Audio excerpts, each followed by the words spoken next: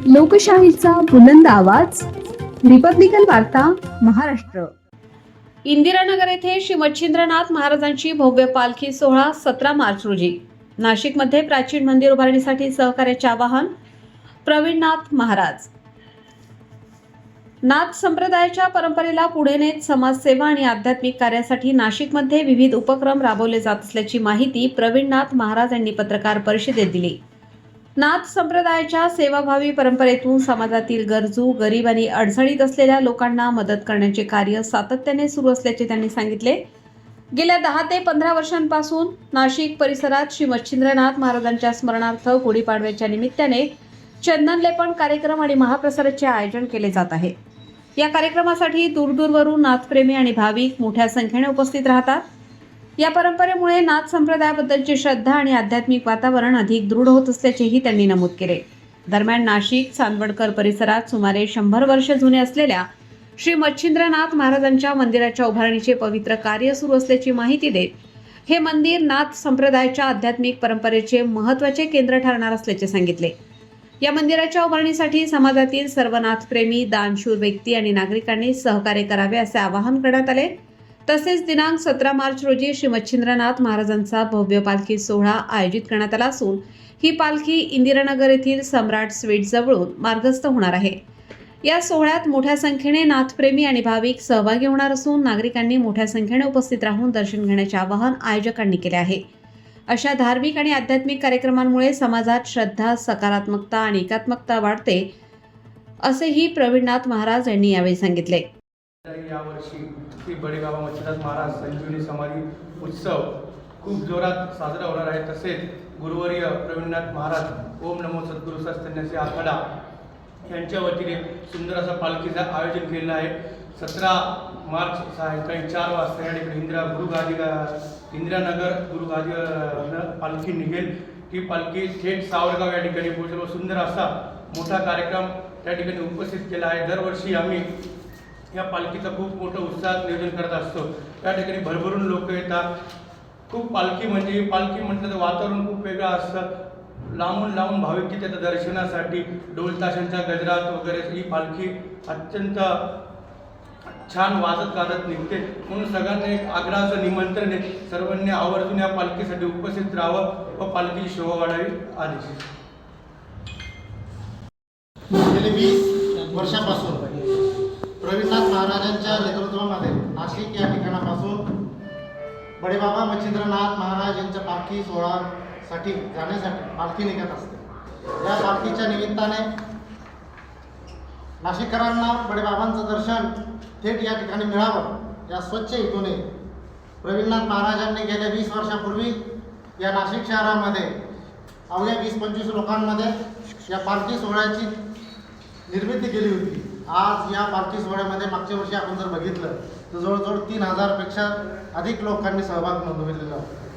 त्याचप्रमाणे दिनांक 19/3/2026 रोजी गुढीपाडवा या दिवशी देखील बडेबाबा मच्छिंद्रनाथ महाराज यांचा यात्रोत्सव सावरगाव या ठिकाणी होणार आहे। त्यानिमित्ताने याही वर्षी पाडव्याच्या निमित्ताने बडेबाबांची जी पालखी सोहळा आहे तो प्रवीणनाथ महाराज यांनी त्याचप्रमाणे ओम नमो सद्गुरू संन्यासी आखाडा या संस्थेच्या वतीने इंदिरानगर या ठिकाणापासून निघून सावरगाव या ठिकाणी जाणार आहे। या निमित्ताने या सोहळ्यासाठी नाशिककरांनी मोठ्या संख्येने सहभागी व्हावे या स्वच्छ हेतूने संस्थेच्या वतीनं ही पत्रकार परिषद बोलवून या नाशिककरांना आम्ही आवाहन करीत आहोत। यासाठी या पत्रकार परिषदेमध्ये जो काही कार्यक्रम या ठिकाणी संपूर्ण होणार आहे त्याचं यथोचित प्रवीणनाथ महाराज या ठिकाणी करतीलच, परंतु संस्थेच्या वतीने अनेक जे कार्यक्रम केले जातात त्याचप्रमाणे त्यातला एक मोठा भाग म्हणजे प्रवीणनाथ महाराज यांच्या नेतृत्वामध्ये संस्थेच्या वतीने अंजनेरी या गावी बडेबाबा मच्छिंद्रनाथ महाराजांच्या मोठ्या मंदिराचं देखील निर्माणाचं काम या ठिकाणी बाबांनी हातात घेतलेलं आहे, ते देखील होणार आहे। 17 तारखेला जी पालखी निघणार आहे त्या पालखीचं उद्दिष्ट अतिशय महत्त्वपूर्ण आहे की या पालखी सोहळ्यामध्ये काही महिलांना सावरगाव या ठिकाणी जाऊन बडेबाबा मच्छिंद्रनाथ महाराजांचं दर्शन घेता येत नाही, ते दर्शन या निमित्ताने या पालखीच्या निमित्ताने घेता येणार आहे। तर या ठिकाणी बाबांकडनं देखील आव्हान करण्यात येणार आहे आणि संस्थेच्या वतीने काल परवापासूनच नव्हे तर एक पत्र काढून देखील आम्ही आव्हान करतो गेली महिन्याभरापासून की अनेक नाशिकमध्ये जे नाथभक्त आहे जे तिथं जाऊन दर्शन घेऊ शकत नाही, मुलांच्या 10वीच्या 12वीच्या परीक्षा चालू आहे, त्यानंतर शालेय वर्षाचे देखील एंडिंग आहे, त्यामुळे जनता जाऊन तिथं दर्शन घेऊ शकत नाही. अशा परिस्थितीमध्ये या ठिकाणी बाबांचं दर्शन आपल्याला लाईव्ह होणार आहे. तरी आम्ही या पत्रकार परिषदेच्या माध्यमातून आव्हान करण्यासाठी या ठिकाणी खरे आलेलो आहे. प्रवीणनाथ महाराज यानंतर या सगळ्या पार्श्वभूमीवरती आपल्याशी एकभूत साधतील असं मी त्यांना विनंती करतो आणि आपल्याशी थांबतो.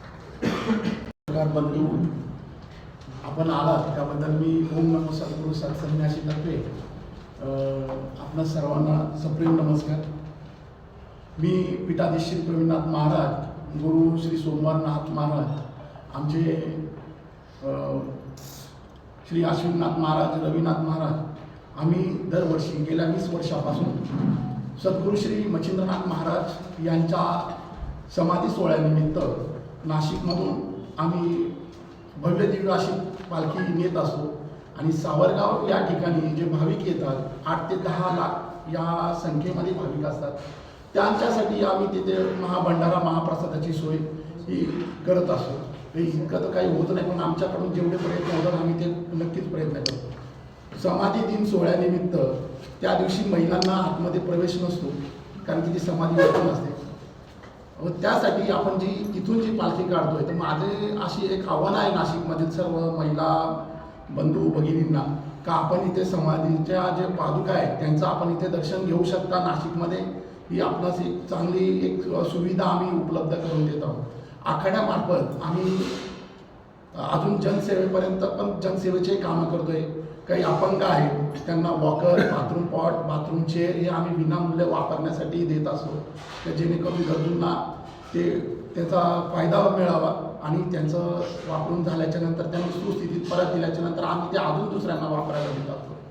हे असं एक सामान्य आम्ही आता दत्त जयंती झाली त्याच्यामध्ये पण आम्ही मोठे शिबिरं घेतले, 5-6 शिबिरं घेतली का जे जनकल्याण हेतू आम्ही ते शिबिरं घेतले.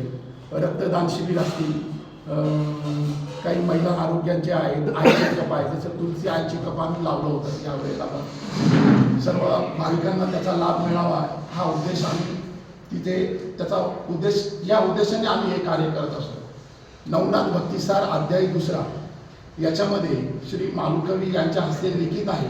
हे पुराव्यानुसार मी सांगत आहे की महाराजांनी आपल्याकडे ही छोटीशी सेवा दिली आहे. तर नवनाथ भक्तिसार अध्यायमध्ये असा उद्देश आहे की सद्गुरू मच्छिंद्रनाथ महाराजांनी अंजनेरीमध्ये तपस्या केली, बेल सजीव केले आणि ते बेल घेऊन मार्कंडेला जात होते. मार्कंडे म्हणजे वणीच्या समोरचा डोंगर. मग महाराजांनी अंजनेरीमध्ये बेल सजीव केले म्हणजे संजीवनी विद्येचा अभ्यास केला. त्र्यंबक राजाचं दर्शन घेऊन ते मार्कंडेला जात होते. इतकी मोठी तपस्या भूमी आपल्या नाशिक जिल्ह्यात असताना साध्या महाराजांच्या पादुका आजपर्यंत कोणी बसवल्या नाही. हाच उद्देश आम्ही मनात धरून अंजनेरी येथे आम्ही 10 गुंठे जागा विकत घेऊन तेथे मंदिराचं कार्य सुरू केलेलं आहे. अशी इतकी मोठी पावनभूमी, त्या पावनभूमीमध्ये आम्ही सद्गुरू मच्छिंद्रनाथ महाराजांचं मंदिर करतोय. या मंदिर कार्यामध्ये काही भाविक भक्तगण दानशूर यांनी बट सोडून त्याच्यामध्ये सेवा द्यावी व मच्छिंद्रनाथ महाराजांचे आशीर्वाद घ्यावे. आज सांगण्याचा उद्देश असा आहे की येत्या 17 तारखेला आम्ही जी नाशिक गुरुगादी इंदिरानगर इथून जी पालखी काढतोय, तर यावर्षी आम्हाला आपले शालेय शिक्षण मंत्री श्री दादाजी भुसे साहेब यांचे आगमन तिथे होणार आहे. इतरही काही 5-6 नगरसेवक आहेत आणि आपले इंदिरानगरचे वरिष्ठ पोलीस निरीक्षक आहेत. मागच्या वर्षी दरवर्षी आम्ही नवीन मान्यवरांना मान देत असतो. मागच्या वर्षी इंदिरानगरचे वरिष्ठ पोलीस निरीक्षक साहेब होते, शेळके साहेब. त्याच्या आधी आम्ही आपले कुंभमेळा मंत्री श्री गिरीश महाजनजी साहेब यांच्या हस्ते आम्ही पालखीचं उद्घाटन केलं होतं आणि त्यांच्याच हस्ते आपण 1 तारखेला इथे 1 मेला भूमिपूजन केलं आहे मच्छिंद्रनाथ महाराजांच्या मंदिराचं. असंच सगळ्यांचं आपल्या सगळ्यांचं प्रेम आणि आशीर्वाद आमच्याही मागे राहावे आणि या पालखी सोहळ्यात आपणही उपस्थित राहून या पालखीची शोभा वाढवावी हीच आपल्या सर्वांना नम्र विनंती. आदेश. रिपब्लिकन वार्ता महाराष्ट्र न्यूजसाठी विशेष प्रतिनिधी आनंद आभाडे, Nashik. Subscribe now and press the bell icon. Never miss an update.